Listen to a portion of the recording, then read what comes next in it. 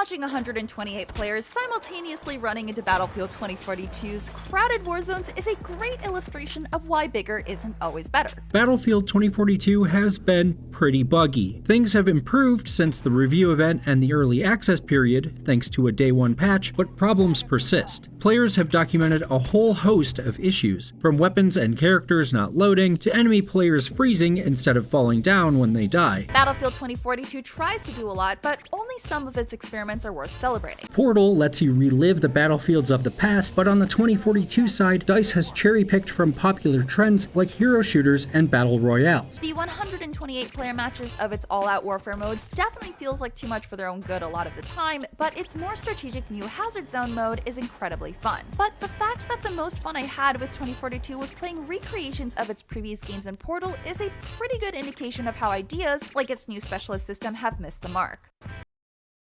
What? The best part is that mostly it has done a really effective job of curating those additions so that they bring more to what players already like about Battlefield rather than changing what already works.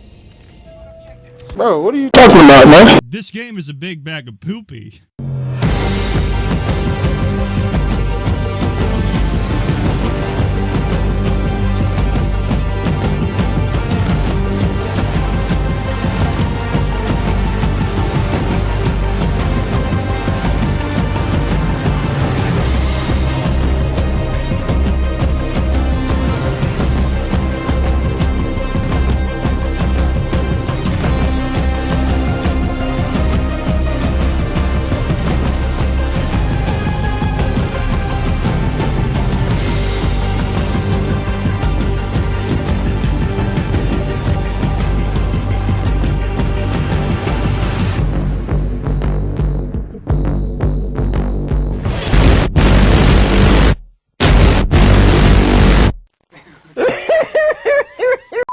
This stupid release and now fix it later mentality needs to fucking stop because it's making me want to slice my yams off with a serrated fisherman's hook. I mean, just look at this!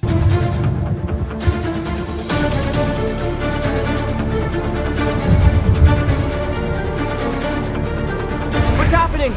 They're starting to come through, and I can't stop them.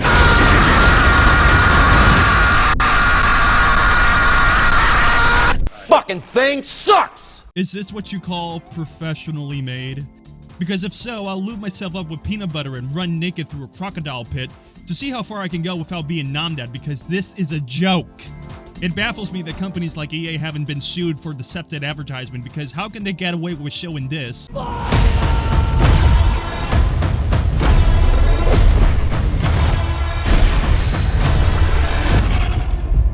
And then give us this.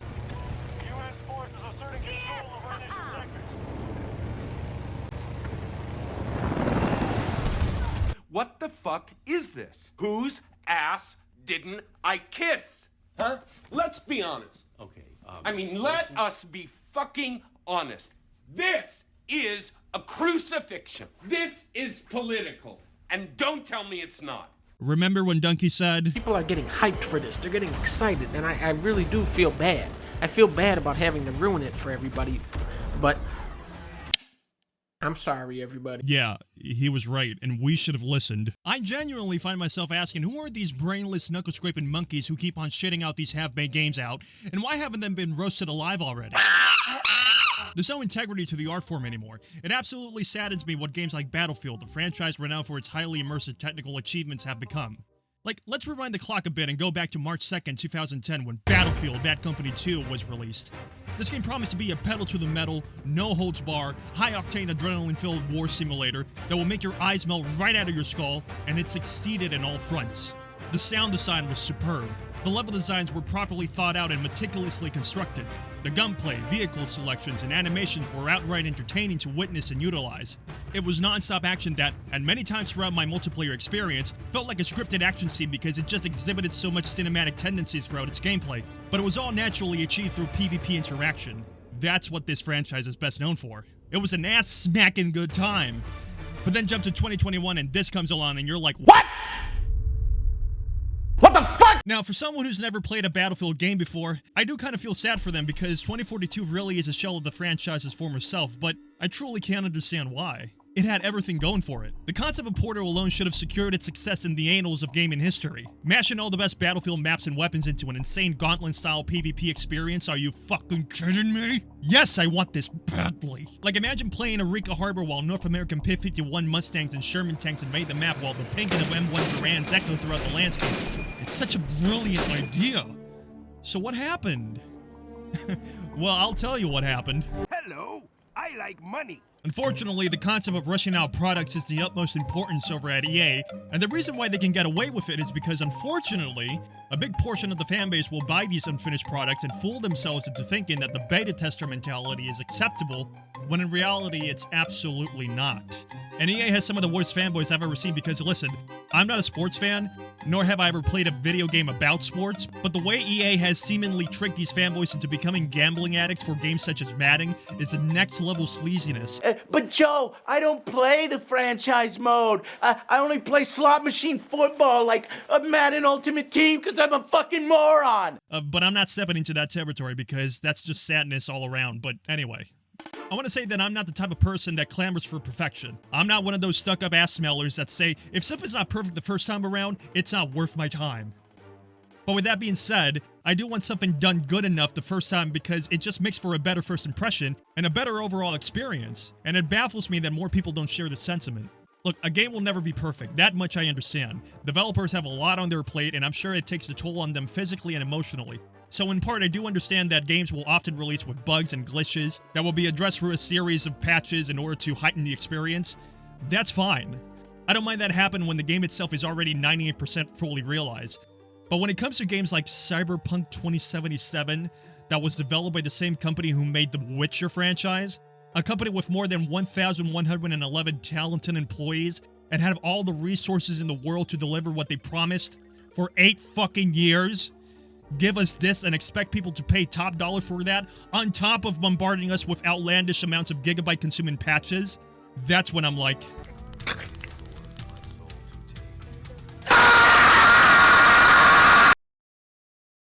The current climate of video game development is a polarizing one. Obviously, I understand that there are still plenty of AAA developers out there filled with talented people with the ability to work together normally without being absolute fucking degenerate pigs who treat the work environment like a rapey fraternity that exudes nothing but incel behavior. But when I see stuff like the GTA Definitive Edition absolutely butcher 3 of the most beloved games of my lifetime, I just get a sinking, shallow, and cold hatred feeling in the pit of my small intestine like, you motherfuckers sued these people who actually gave a damn about your games and wanted nothing more to keep their essence alive, just so you can produce this hot garbage?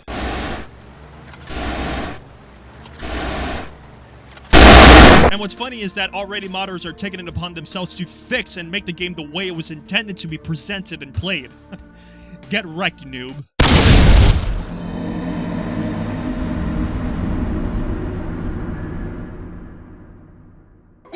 I've been seeing this type of subpar behavior for years now, and it's very disheartening to witness colossal titans fall so hard, and I personally attribute it to 2 things: greedy corporate meddling, and an indifferent fanboy consumer base. For one, there has been plenty of evidence detailing how greedy corporate yokels always put profit over art. CD Projekt Red is a great example of why publicly owned companies and creating expectations for unreasonable deadlines for any software is going to cause your employees to deal with crunch and release something that doesn't work that great. We were too focused on releasing the game before the year ended after previously delaying the game, Adam Kaczynski said. This also translates to, we wanted to cash in on our fans' goodwill and milk them for every penny they could give us because of the constant edging we've been subjecting them to for years. They are our personal ATM machines. The same can be said with Fallout 76, a game so bad it makes Flash games look like modern art pieces. Why was Fallout 76 so bad? Because Todd Howard and company wanted 16 times the amount of money that was already shelved in their bank accounts. For some reason, they lost their way and forgot that the reason why games worked was because time and proper resources needed to be implemented for the game to pay off and be well received. Instead, you got this. 16 times the detail. And one of the great things about having a fully dynamic game engine is all of this just works. It's not, I'm not kidding. We knew we had to do it and do it in a really big way.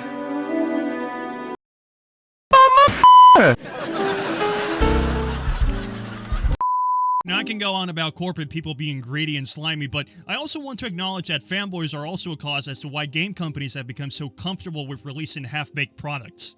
I never blame people for being excited for something. I mean, the whole point is to generate excitement for something in order for that product to be successful. So, when you see marketing like this...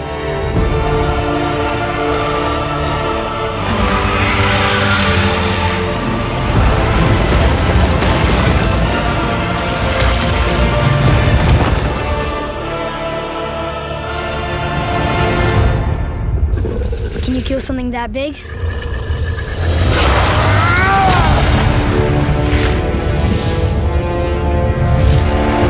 It's hard not to turn into a giddy Japanese schoolgirl.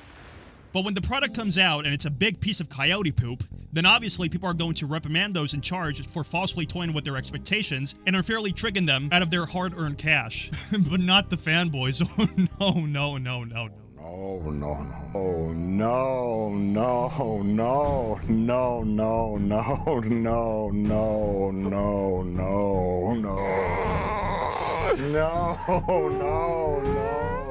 Oh, no, no, no, no, no. No way in hell are those people gonna let others tell them how objectively bad the games are and how misguided they are for supporting such trash with their awful takes. No, no, no, no. No, no, no.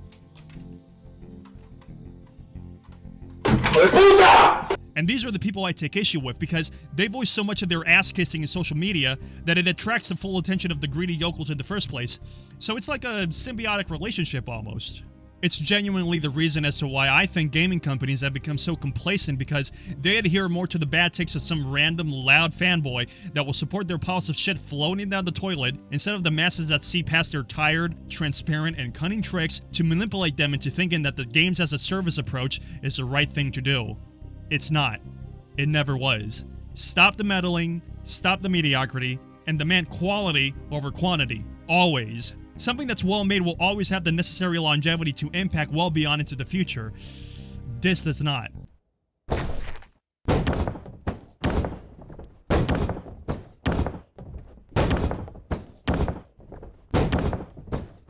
Imagine if Rome was built in a day.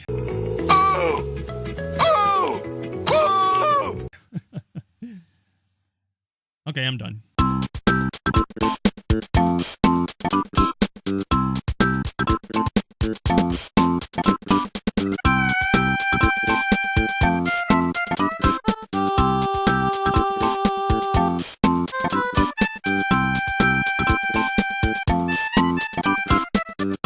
What makes someone a criminal?